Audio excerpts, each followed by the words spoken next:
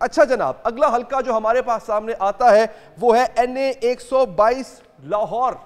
जनाब ये बड़ा मजबूत हल्का है। इस हल्के के जो कंटेस्टेंट्स जो भाग ले रहे हैं, हिस्सा ले रहे हैं, वो भी बहुत मजबूत है। ख्वाजा साद रफीक मुस्लिम लीग नून से होंगे और सरदार लतीफ़ खोसा होंगे जो कि पीपल्स पार्टी, सरदार लतीफ़ खोसा तहरीक इंसाफ से होंगे। और नाजरीन यहाँ पे हमारे साथ पीपल्स पार्टी के चौधरी आतिफ रफीक साहब हैं जो कि इसका हिस्सा बनेंगे। आपके सामने हम आपको दिखा भी रहे हैं, वो है मजबूत उम्मीदवार जो कि इस वक्त आपके सामने आ चुके होंगे। अच्छा, साद रफीक साहब के हवाले से कहा जा रहा है कि वो थोड़ी बेहतर पोजीशन में नजर आ रहे हैं इस वक्त, लेकिन सरदार लतीफ़ खोसा जो है वो क्या मुश्किल दे सकते हैं साद रफीक को, वो क्या कर सकते हैं, इस पर भी हम बात करेंगे। पार्टी उन्होंने तब्दील की है अपनी। ये बड़ा मजबूत हल्का रहा है ख्वाजा साद रफीक का। 2013 में बहुत बड़ी कंट्रोवर्सी भी इसी हल्के से उसने जन्म लिया था जो कि आगे जाके धरनों का सबब बनी और बहुत कुछ हुआ। मालिक साहब क्या देखते हैं सर? देखें, मेरा ख्याल है बड़ा स्ट्रॉन्ग है साद रफीक का, बिकॉज लेकिन कुछ एरियाज वॉल्टन के रोड के करीब के जहाँ बहुत काम हुआ था वो इस हल्के में से उनसे निकल गए हैं, जिसकी वजह से वो उनको परेशानी भी है। लेकिन आई थिंक सरदार लतीफ़ खोसा साहब is not a strong candidate उस लिहाज से। PTI वाला फैक्टर अपनी जगह है, बिकॉज खोसा साहब का जो है ना एक पर्सनल उस कॉन्स्टिट्यूंसी में लिंक कोई नहीं है लोगों से, be very honest. So things tend to favour him और बाकी तो ये हल्का जो है ना, इसमें ये इसलिए अहम है कि 2018 में इमरान खान साहब ने यहाँ से इलेक्शन जीता साद रफीक साहब बड़ा मामूली मुकाबले से जी। और जब हल्के का नाम और था, तब ये हल्के का नाम और था। जी, तब 131 था। बिल्कुल। तो साद रफीक साहब ये हल्का लूज तो कर गए, लेकिन जैसे ही ज़िमनी इलेक्शन आया तो साद रफीक साहब ने 10,000 से जायद तब इमरान खान खुद नहीं थे ना, हुमायूं अख्तर खान को हराया। लेकिन जब इमरान खान खुद थे तब भी वो क्लोज चले गए थे। इस हल्के में से कुछ इलाके निकल गए हैं ख्वाजा साद रफीक साहब के, जिस तरह से मालिक साहब ने बताया, और पोश एरिया जिस तरह डिफेंस और इसी तरह से जो एरियाज हैं वहाँ पर मसाइल का शिकार मुस्लिम लीग नून रही है पिछले इलेक्शन में भी और अब भी। इसमें ओवरसीज की भी एक बड़ी तादाद है।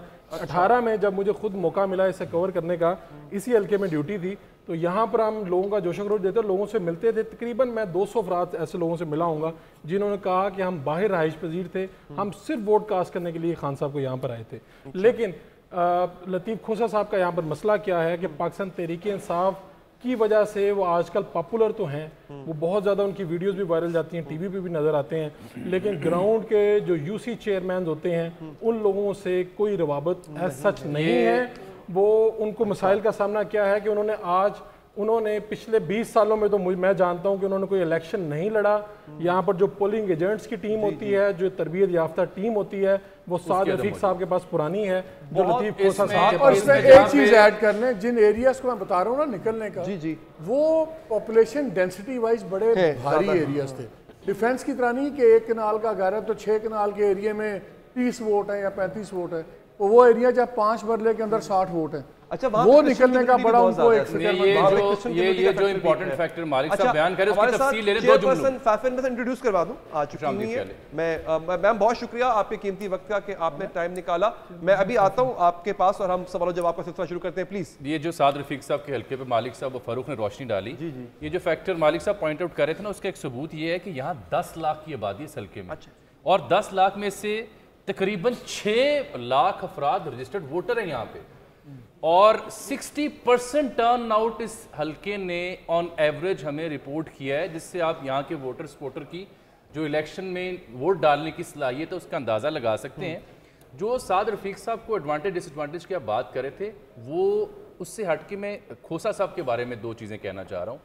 खोसा साहब की जो PTI में एंट्री है वो तो ऑब्वियसली बीइंग अ लॉयर मुख्तलिफ केसेस में अपीयर होने की है, लेकिन इनफैक्ट लेट मी से खोसा साहब की PTI में एंट्री है थ्रू अहले खाना इमरान खान साहब के, और ये उनके ऊपर बहुत बड़ा एक स्टिग्मा है, क्योंकि खान साहब हूँ या उनकी बहनें हूँ, उन्होंने कई केसेस में आउटराइटली खोसा साहब कहा कि तुम ये थे कर रहे हो, तो उनकी PTI के अंदर जो एग्जिस्टेंस है उसको लिया जाता है बुशरा बेगम के तवस्सु से, which is an disadvantage to Khosa साहब। अब ग्राउंड वर्क भी नहीं, जैसे कि मालिक साहब ने बाकी ने कहा। साद रफीक कब से जीतते रहे इधर से? ये हल्का उनका जो है ये काफी अरसे से है। लेकिन ये हल्का चेंज होता रहा, लेकिन अगर आप इसे देखें जो ज्यादा इलाका है, मेरा ख्याल में कोई 5 मरतबा तो वो वहां से जीत इधर यही इलाका है जो। हाँ ये जीते हैं क्योंकि डीएचए की जो पॉपुलेशन थी वहां पे हारते थे, तो साथ को डीएचए से मुल्का दिहात है।